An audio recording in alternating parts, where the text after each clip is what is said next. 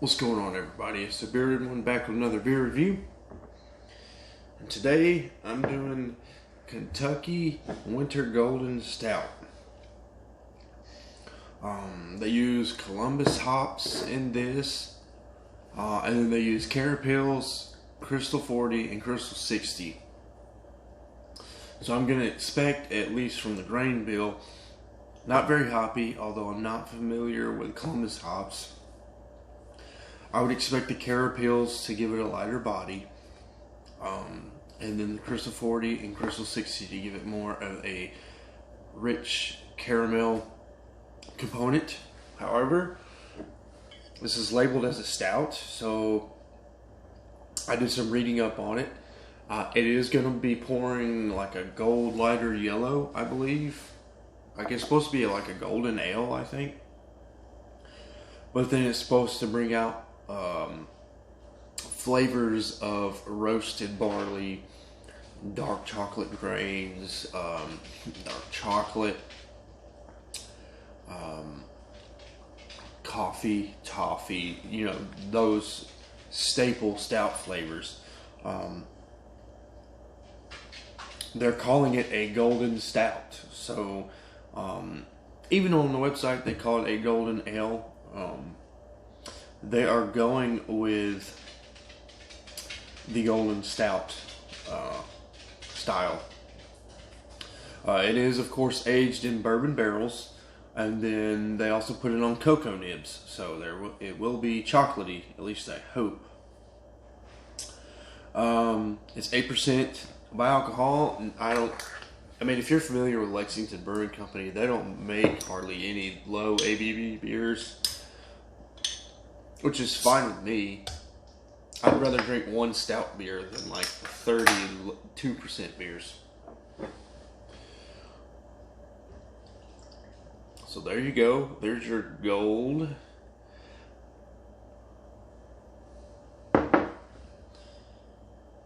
This is a really deep gold. At least down here by the table. Oh yeah, bringing it up to the light, it is definitely gold. It's almost an amber color. It's just really dark and deep in color. Not a lot of head. However, I mean, it's retaining somewhat. Not a lot of dissipation.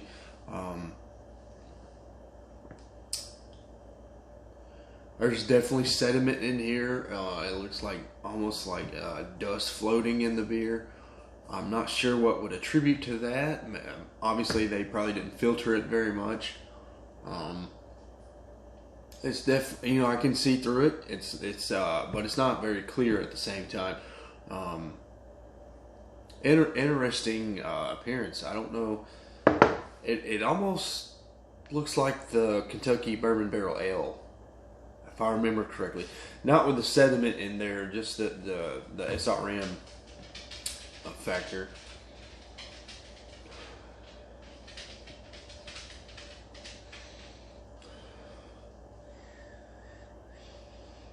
So there's a bourbon barrel presence in here, and I think there's like a fruity component in here.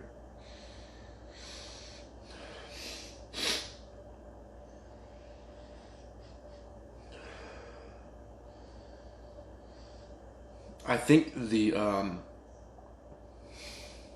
it's almost like there's a base beer in here that they just stouted up, at least from what I'm gathering. And then I do get some roast and some coffee, but I don't get chocolatey. Like, I don't get the cocoa nibs.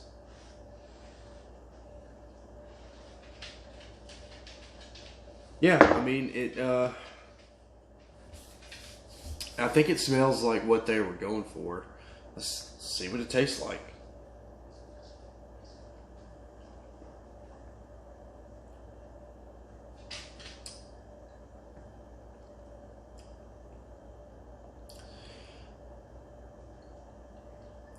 This is definitely a hybrid beer for sure.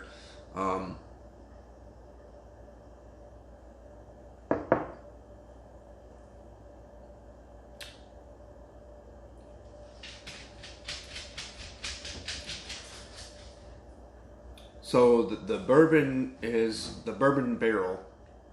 It's kind of in there the whole way. And then there's that fruity ale thing going on.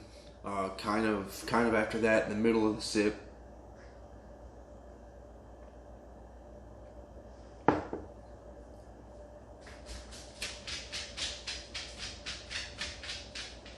And kind of towards the back, there's a mix of, like, the stout component is pretty subdued here.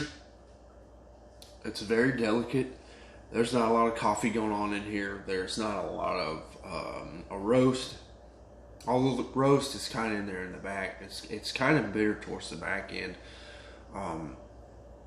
But the stout character, and then what I would assume is the Crystal 40 and that Crystal 60 comes off as very toffee-like towards the back of the beer.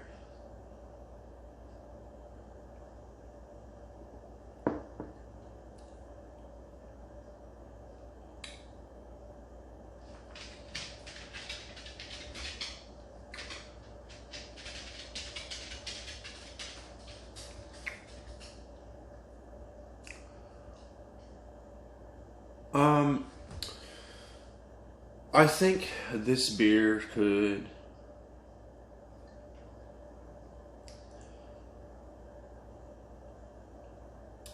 so I have different labels I put on beers. There's everyday drinkers, I like to say. Everyday drinker would be something you would buy in a 6-pack. You know it's good. It's something you can just crack open and have in the shower or something after work. You know, it's probably not going to be a 10%er. Just, you know, a beer you'd like to have in the fridge at all times. Whatever that may be. Then I like to label certain beers as novelty beers. And I just reviewed Insane OG. It's a collaboration with Cypress Hill and Sweetwater. Not 420. 420 is the flagship. That's a novelty beer because there was a marijuana character in it, and I think I just think something like that. Novelty beers are good for like one-offs. The experience of, you know, of saying you tried it, or maybe like a $15 bomber that's like, I don't know, a ridiculous ABV or something. That would be a novelty beer. And then this is what I would label as like a cult beer. I could see this, because this is kind of strange to me. It's definitely a hybrid beer, if that's the appropriate term. There's a little bit of golden ale, bourbon barrel aged. There's a little bit of like Kentucky bourbon ale going on in here. I don't want to say they stouted up a Kentucky bourbon barrel ale, but that's kind of the vibe I'm getting. And then there's just a little bit of stout character dancing around in this. It comes off as very toffee, and it's like nothing really stands out in this beer other than the bourbon barrel, and that's because it's Lexington Brewing. I think they're great at bourbon barrel aging stuff. So I went over the river and through the woods to get to the point of, I would recommend this to like a certain category of people, like obviously fans of Lexington, I think, would like this, and bourbon barrel fans would like this, I think, and then if you're big on malt bombs with a lot of caramel character in it, and maybe malt bombs that use a lot of chocolate malt, I think those people would like this. I can't really say a stout lover would like this because it just the stout plays foreground to the ale, the golden ale part of this beer. So yeah, that's where I stand on recommendations. Yeah, I just bourbon barrel aged people and the malt bomb crowd I think would enjoy this. So anyways, on a rating,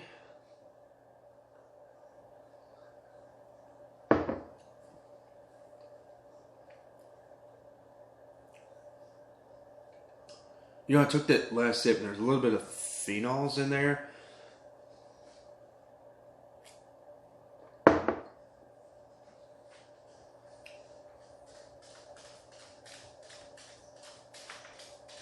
I don't think there's a phenolic presence in here.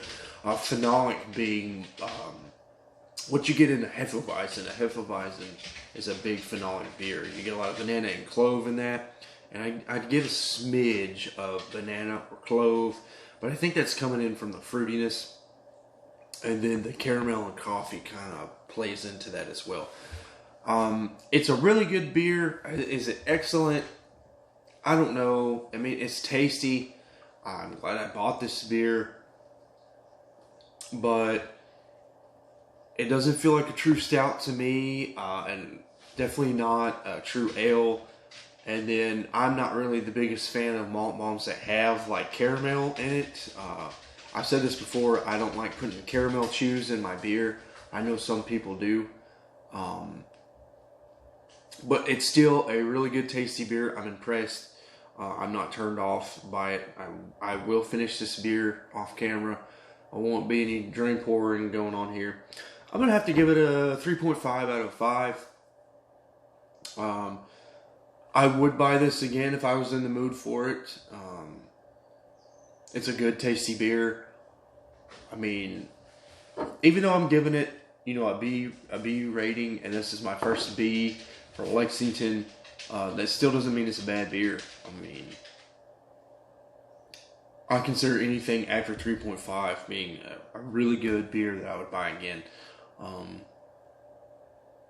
And that's this. So yeah, until next time, guys. Lexington Brewing Winter Golden Stout, 3.5 out of 5. Till next time, guys. Cheers.